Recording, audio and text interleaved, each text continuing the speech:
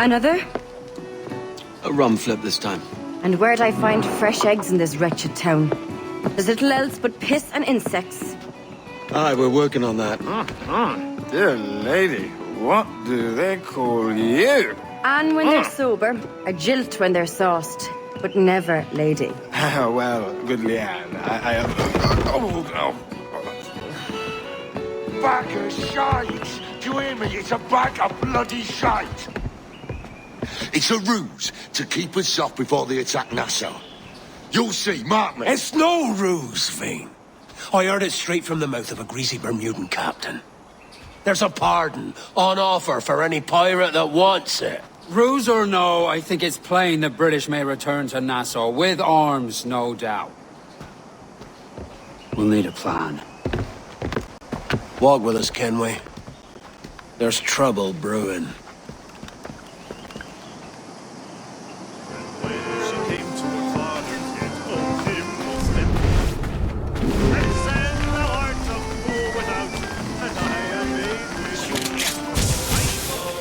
In the absence of any clear ideas, I say we lay low.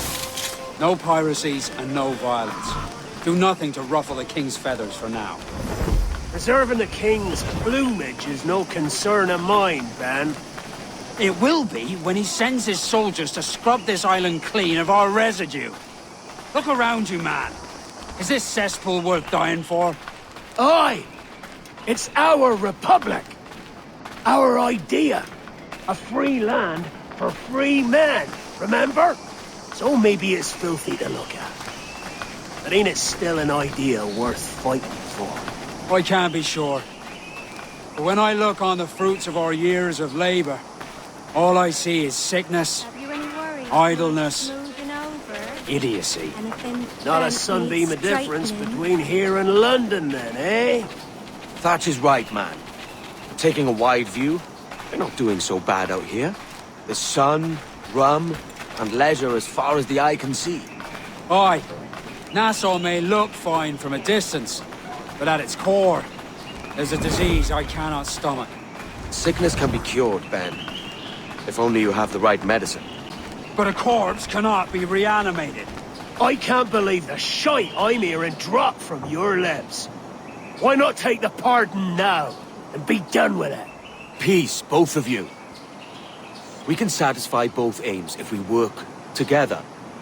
Find medicines to ease our burdens here, but in a way that don't attract the British.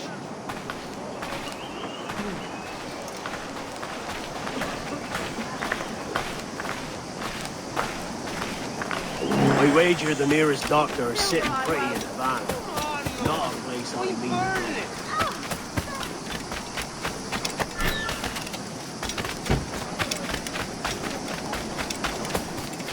But the Spanish fleet that sunk 2 years back would have some medicine. All sealed up in glass vials. You'd need a diving bell to reach those depths. Aye, and with some coin and a few supplies, a diving bell won't be hard to come by. This is a plan I can stand behind. Find medicines without stirring up trouble. Agreed, Thatch? Agreed. Aye. I'll meet you near the wrecks as soon as you're able, Kenway. Remember, Thatch, keep your cannons court. Piss off, Ben!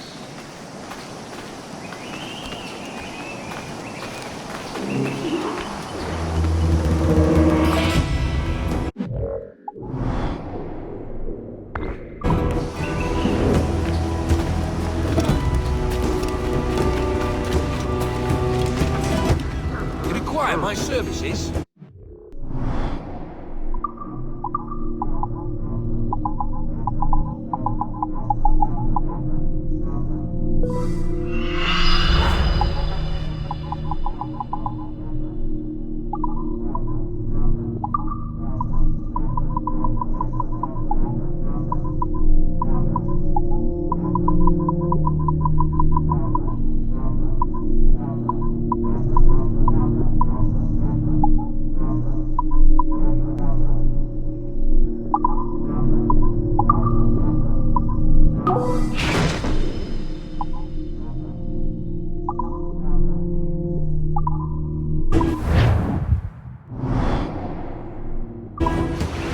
Mutually agreeable, I'm sure.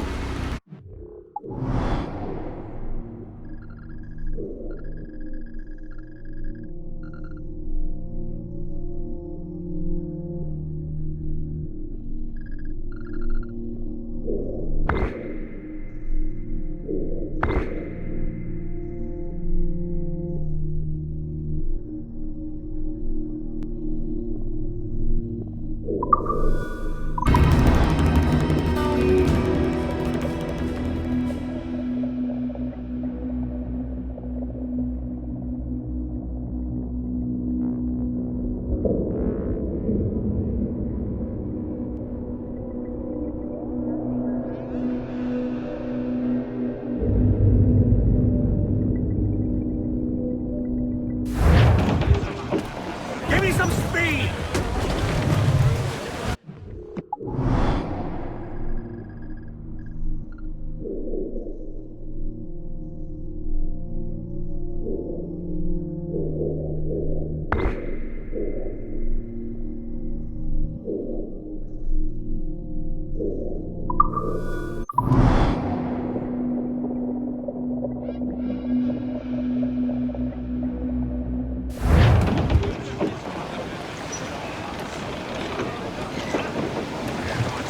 Let out some sail! Studs up with a will! Lucy!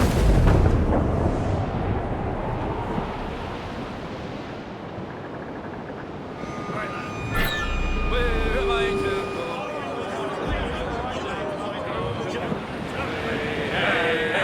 I roll and go.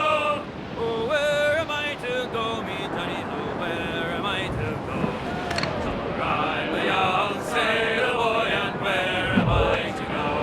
Oh, way up on that sky, that's where you're bound to go. Way, hey, hey, I roll and go. Oh, way up on that gallant yard, that's where you're bound to go. I'm a young sailor boy, and where am I to go? Away upon that gallant yard, and take the gasoline. Way, hey, hey, I roll and go. Away upon that gallant yard, and take the gasoline. For I'm a young sailor boy, and where am I to go? You're bound away to Kingston town, that's where you're bound to go. Way, hey, hey, I roll and go. You're bound away to Kingston town, that's where you're bound to go. For I'm a young sailor boy, and where am I to go?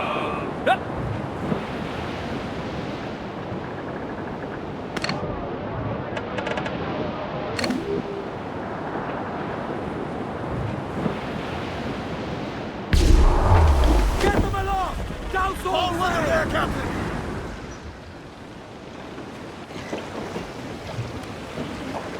Devil in his hole, Thatch. This is a darling galley. 32 guns, is it? I lost count at 40. You've stepped up a rung. So, any luck finding medicines here? Nothing round this spot, sadly. But there's a few wrecks yonder that haven't been scoured by nothing but crabs and coral. I'll have a look. Edward? Edward, is that you? My goodness, the West Indies is a compact place. Hello, Bonnet. A surprise seeing you out here. I met Mr. Thatcher a month or so ago, and he offered to take me under his yardarms, so to speak. Says I must wash the hayseed from my hair before I'm a true pirate. Well, good luck to you then. Worse men have become better under Blackbeard's watch.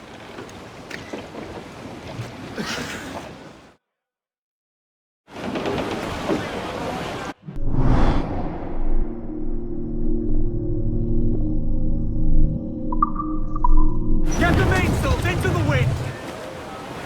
Hold tight, here they come! Down they go! Down they go! Breaking up, cheers! Fire! Get off the squall! Fire! Let's have the whole place knocked down! Fire!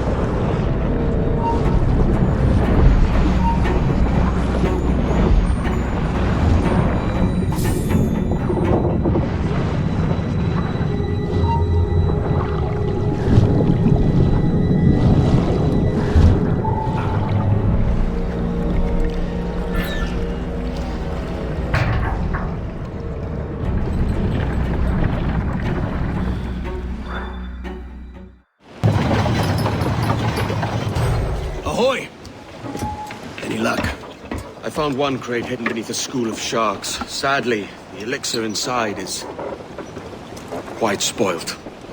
Plague and perish. Will we steal medicines now?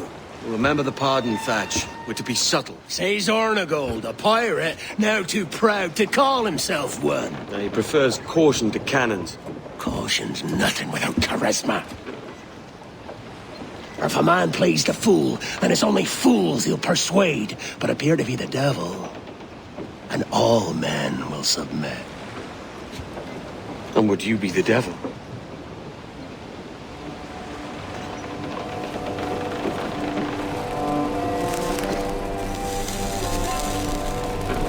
Or an audience. Aye. It's all a big show. Give your quarry something to fear.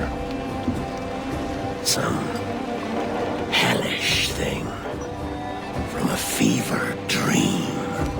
And men will drop to their knees, pleading for their lord before all else. Oh, God. Looks fine. Of course it does. You can find a quiet way to acquire medicines. Tell me soon.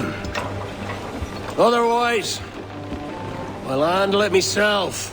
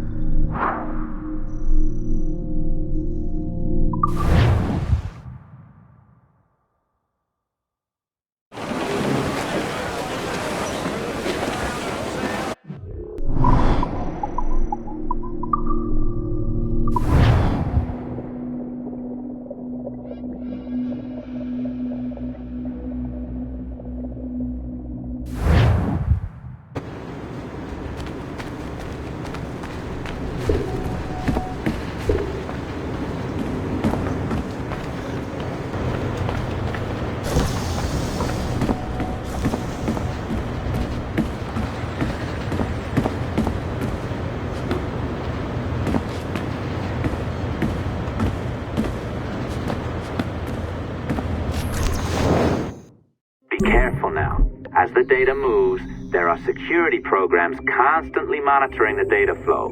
You need to sneak past them, or they will destroy your data and send it back home.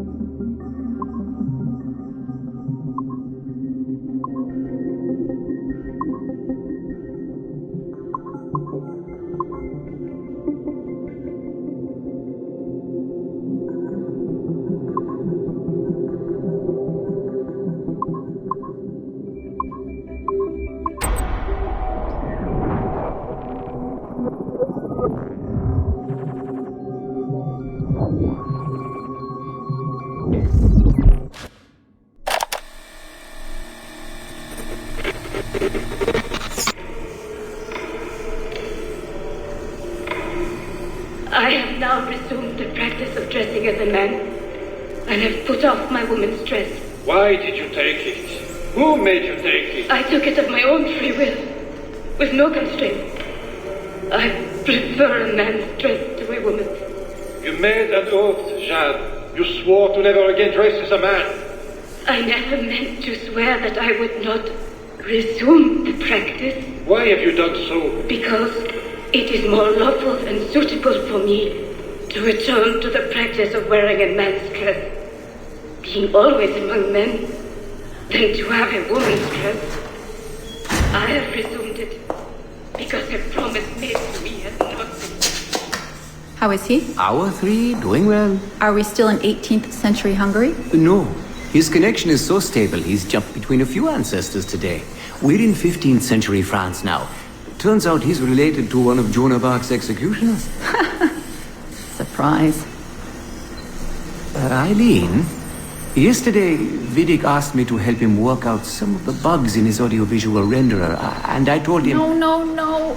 Come on, Satish, not you. It wouldn't be permanent. A few months at most. Months?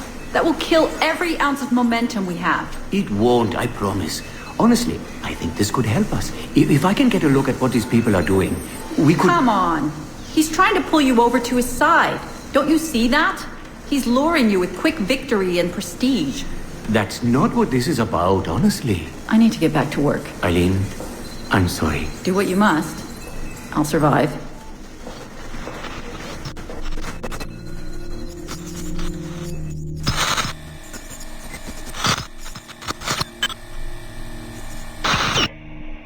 Surrogate Initiative, Test Session 32, April 2nd, 1981.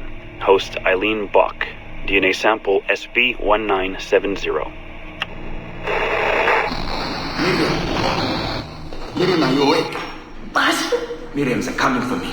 Who is the guards? I see them from my window, amassing in the courtyard. My time is up. Basil, don't say this. You don't know that. Forgive me for this, Miriam. But I must tell you something. The artifact. We have it. But only Oscar and I know its location. Don't tell me. They will release you. Your family has connections. You must take the artifact and bring it to the assassins in Paris. Please don't. I don't want to know. It's safer if I don't. Hush now. If I die, knowledge of its location dies with me. You must bring it to the assassins. Assassins? I don't understand. The spire of St. Petrus. No, I don't want to hear. Cell 7!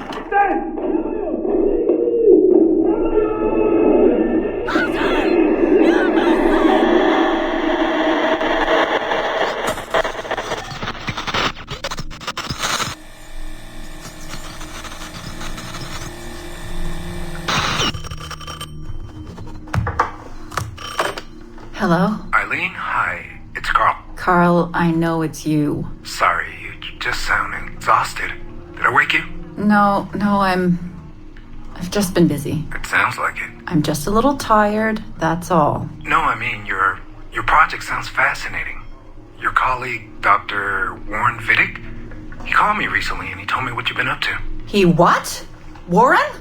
Yeah, he told us about your research, memories, ancestry, all of that. He even asked if we'd be willing to come in and... No! Jesus, no! What the hell is he doing? Eileen, it's okay. We signed some papers, non-disclosure stuff. No! He's trying to fuck me over! Damn it! Eileen, we just talked about my mother, just like you and I did.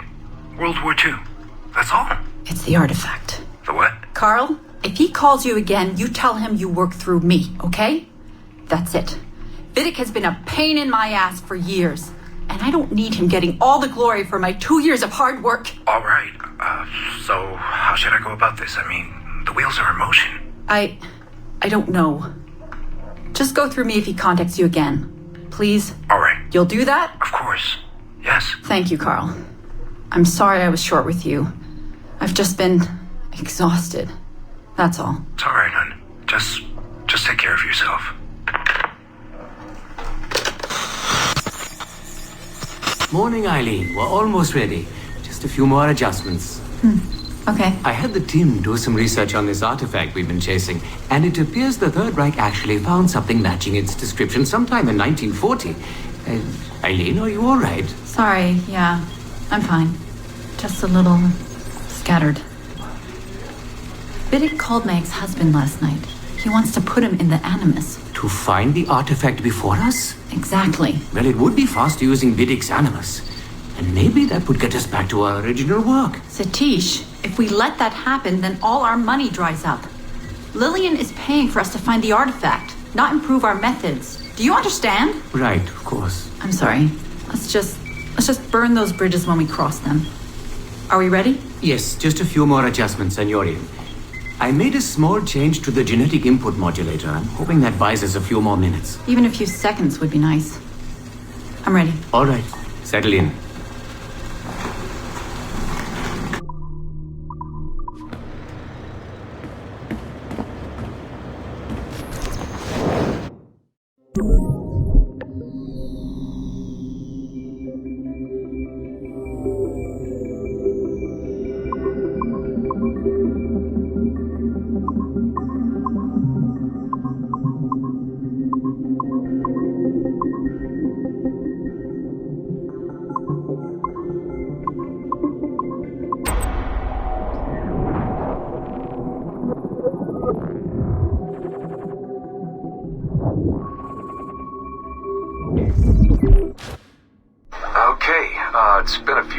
That's the last recording. Sorry about that. Of course, I guess it's just a few seconds for you. I'll leap down the playlist. Anyway, I was talking about Clay. Kasmarek, Subject 16. So, when I fell into a coma back in Italy and woke up in the Animus Black Room, it was, so calming. It felt like I had woken up into a dream. Haze. A dream where none of this mess had ever happened. Felt like I should just be getting ready for another day of pouring drinks at bad weather and another day of complaining about being between girlfriends and wondering what the hell to do with myself. But when I saw Clay just sitting there, it started to come back, you know, piece by piece. And when he told me about Lucy, fuck, you know, it hurt. You know, realizing that I killed her without thinking or feeling anything. Not at the time, anyway. Well, then things just kept piling on. There were more memories of Ezio and Altair and the first civilization. And then, right before he vanished, Clay passed on his memories to me. He showed me everything he had seen and lived through, and it was brief, but overwhelming. Not really sure how to explain. He saw glimpses of Adam and Eve and their escape from slavery. He saw the beginning and the end of the war between the first Civ and humans. He saw Minerva and Juno and Tinia trying to work out their calculations. At least that's what they called them. They had these tools, these powerful machines that could predict possible futures. Not what was going to happen, but what could happen. Probabilities. And, well, they spent a lot of energy trying to figure out what was the most likely scenario for the future. Theirs and ours. And in the end, I guess they figured I was their most likely candidate. Some guy named Desmond living at the beginning of the 21st century of the Common Era. But which Desmond was the right one? Because, you see, probability is a weird thing. It can branch out in so many ways. Which version of me did they need? Was it the Desmond who got married early and had a son? One who stayed single in New York? Or was it the Desmond who moved to San Francisco to be a waiter? Maybe it was the Desmond who worked at an auto body shop in Chicago, or maybe it was the me who never ran away from his parents in the first place. First Civ had countless variations to choose from, but in the end, the lucky one was me. I'm the Desmond their best calculations spit out. I'm the Desmond they left their messages for, and I guess I have to live with that honor. What an honor. Pretty tired. There'll be more later. Ciao.